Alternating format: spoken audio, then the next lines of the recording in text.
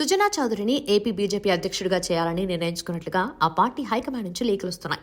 ఈసారి రాయలసీమ రెడ్డి నేతకు అవకాశం ఇవ్వాలని గట్టిగా కొంతమంది లాబింగ్ చేస్తున్నారు. ఎప్పుడూ కోస్తా ప్రాంతానికే పదవిస్తున్నారని ప్రాంత సమీకరణాలు కూడా తీసుకొచ్చారు. అయితే వర్కౌట్ అవుతున్న సూచనలు కనిపించడం లేదు.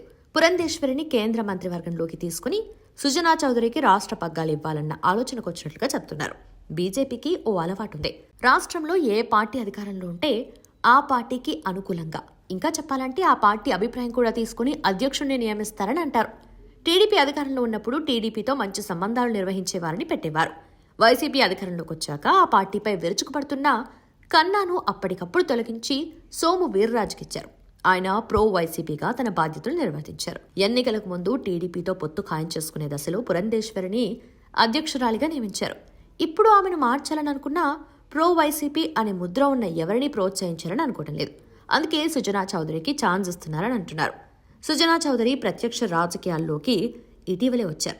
ఎమ్మెల్యేగా పోటీ చేసి గెలిచారు. ఆయన స్థాయికి ఎమ్మెల్యే ఏంటి అని అందరూ అనుకున్నారు. కానీ ఆయన మాత్రం తన పని తాను చూసుకున్నారు. బీజేపీ పెద్దలకు సుజనా చౌదరి అంటే సదభిప్రాయం ఉంది. కానీ ఆయనకు అధ్యక్ష పదవిస్తే సంప్రదాయ బీజేపీ నేతలు ఇంకా ఎక్కువ డిసప్పాయింట్ అవుతారు.